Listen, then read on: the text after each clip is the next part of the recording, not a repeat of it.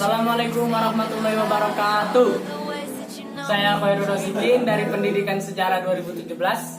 Kali ini saya akan membuat sebuah video tentang langkah-langkah mengajar, yang mana hal ini saya maksudkan untuk memenuhi tugas mata kuliah micro teaching. Oke, langsung saja check it out.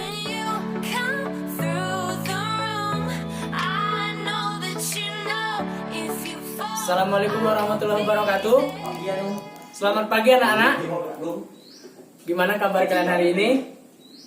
Alhamdulillah kalau semua sehat. Pagi hari ini sebelum kita mulai pelajaran, Bapak akan melakukan absensi. Yalah. Triwana Syaribi, Dwi Cahya Syaribi, Saiful Anwar, dan Nurmala. Oke, hadir semua pada hari ini. Sebelum kita memasuki materi kita pada hari ini, Bapak akan kembali menanyakan tentang materi kita kemarin. Ada yang masih ingat materi kita kemarin? Iya, apa itu? Sejarah, pengertian sejarah. Ya, bisa dijelaskan pengertian sejarah, Saudara Saiful? Iya, benar sekali. Sejarah adalah sebuah ilmu pengetahuan yang membahas tentang peristiwa dan kisah-kisah di masa lampau yang dapat dibuktikan kebenarannya. Oke, sebelum kita masuk ke materi pada hari ini, materi pokok kita adalah mengenai ilmu sejarah dan cara berpikir sejarah. Kemudian untuk kompetensi dasar kita pada hari ini adalah tentang sejarah sebagai ilmu, peristiwa, kisah, dan seni. Oke, materi kita pada hari ini adalah mengenai sejarah sebagai ilmu. Ada yang tahu anak-anak apa itu sejarah sebagai ilmu? Tidak ada? Oke, Bapak akan menjelaskan. Sejarah sebagai ilmu itu memiliki satu sifat yang bernama empiris. Empiris ini berarti pengalaman. Berarti ilmu sejarah ini sangat tergantung pada pengalaman manusia yang terekam baik di dalam memori manusia ataupun artefak-artefak dan dokumen-dokumen. Di sini artefak-artefak yang dimaksud adalah benda-benda peninggalan sejarah. Salah satu contoh artefak yang Bapak ambil adalah mengenai Candi Muaro Jambi, ya, yang paling terdekat dengan wilayah kita di Jambi. Jadi Candi Muaro Jambi itu merupakan salah satu artefak sejarah karena dia merupakan peninggalan dari Kerajaan Sriwijaya di masa lampau. Oke, selanjutnya itu mengenai sejarah sebagai objek. Ada yang tahu mengenai sejarah sebagai objek? Tidak tahu? Sejarah sebagai objek itu berasal dari bahasa Latin objectus, yang berarti di hadapan sasaran tujuan. Biasanya dimasukkan dalam ilmu tentang humaniora, karena selain objek, manusia juga sebagai objek dari sejarah. Oke, selanjutnya Bapak akan melanjutkan kepada yang selanjutnya, itu sejarah mempunyai sifat generalisasi. Generalisasi itu berasal dari bahasa Latin generalis yang artinya umum. Oke, paham? Sama halnya dengan ilmu-ilmu lain, sejarah juga menarik kesimpulan umum dari setiap pengamatan yang dilakukan. Menurut Sartono Kartodirjo, generalisasi dalam sejarah sebenarnya merupakan suatu pertentangan arti dalam istilah contradictio in terminis. Generalisasi ini menunjuk pada suatu keteraturan, dalil atau hukum yang berlaku untuk beberapa kasus. Sedangkan sejarah didefinisikan sebagai ilmu yang mengungkap peristiwa dan keunikan-keunikannya. Oke, yang selanjutnya Bapak akan lanjut kepada sejarah yang itu mempunyai metode. Sebelum itu Bapak pasti kalian di sini mengetahui apa arti itu metode, ya. Metode itu bisa kita artikan sebagai sebuah langkah-langkah atau teknik-teknik. Jadi ilmu sejarah ini juga memiliki langkah-langkah, yang mana jika dalam ilmu sejarah itu oleh seorang ilmuwan Indonesia Sartono Kartodirjo, metode adalah cara orang memperoleh pengetahuan atau how to know. Metode sejarah ialah bagaimana mengetahui sejarah. Misal, Bapak ambil contoh, seorang sejarawan ingin mengetahui tentang peristiwa proklamasi Indonesia. Ia harus menempuh cara-cara yang sistematis dan prosedural, yang tersusun dan mengikuti prosedur-prosedur pengamatan, ya.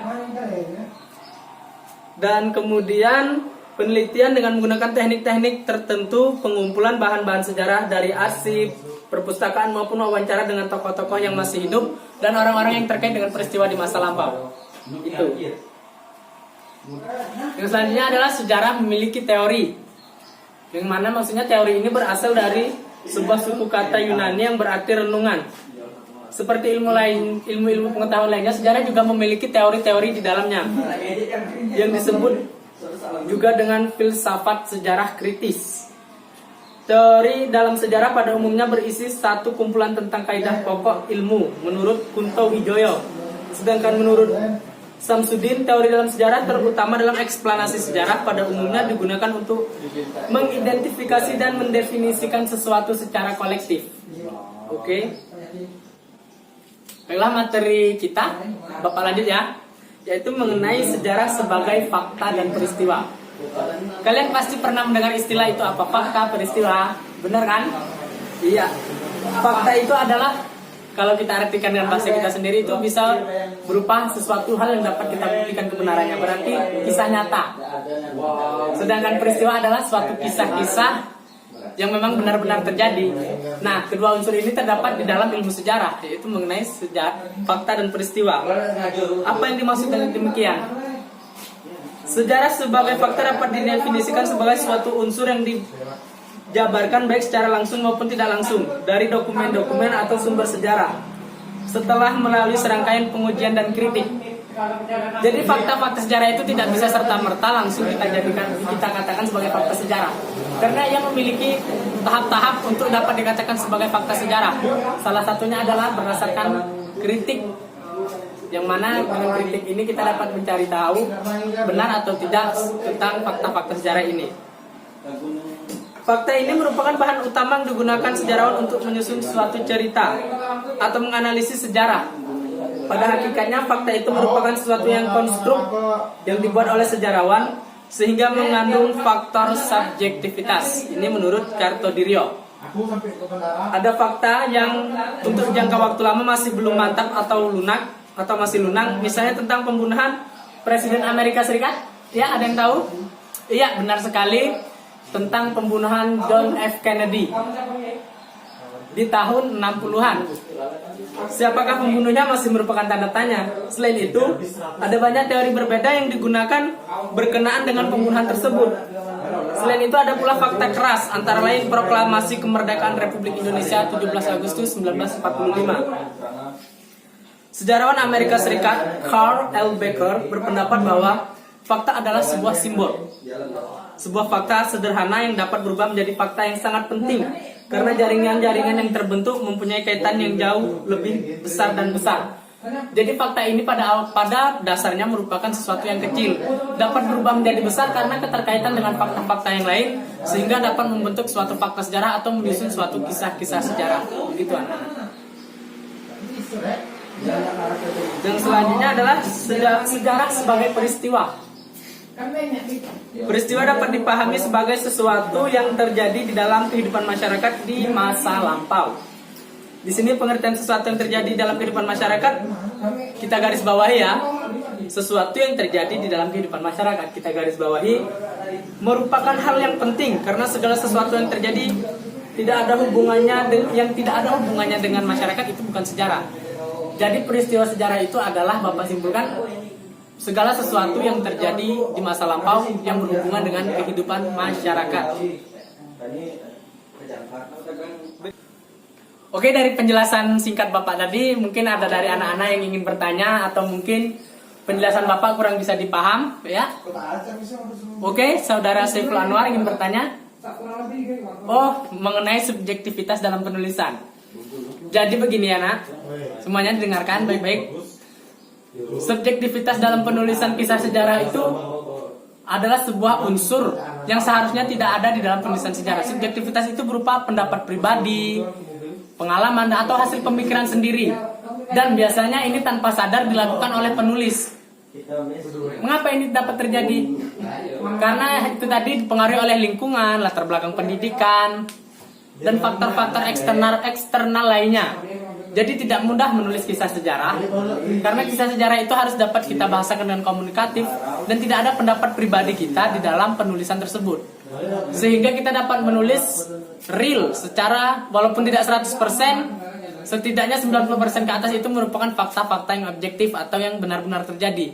Jadi subjektivitas itu menurut Bapak untuk sampai saat ini untuk 100% objektivitas itu belum bisa dicapai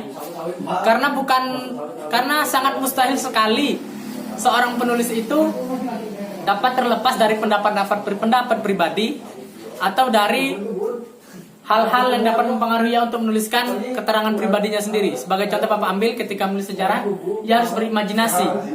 Nah, dalam imajinasi itu tersebut tentu terdapat pengalaman-pengalaman, entah pengalaman penulis selama belajar sejarah ketika di masa lampau, selama ia menempuh pendidikan di masa lalu, sehingga imajinasi itu tersebut dapat dipengaruhi oleh pengalaman-pengalaman pribadi di masa lampau. Sehingga bukan tidak mungkin subjektivitas itu entah sekitar 5% ke bawah atau ke atas itu masih dapat terjadi dalam ilmu sejarah. Oke, paham dengan penjelasan Bapak? Kesimpulan kita pada pelajaran hari ini adalah tentang sejarah. Sejarah itu memiliki ciri-ciri empiris, teoritis, memiliki objek dan punya metode. Jadi sejarah itu tidak serta-merta dapat dikatakan sebagai ilmu pengetahuan sebelum memiliki ciri-ciri tersebut. Oke anak-anak, terima kasih atas perhatiannya pada hari ini. Kurang dan lebihnya Bapak mohon maaf. Wallahul muwaffiq ila aqwamit thoriq. Wassalamualaikum warahmatullahi wabarakatuh. Terima kasih.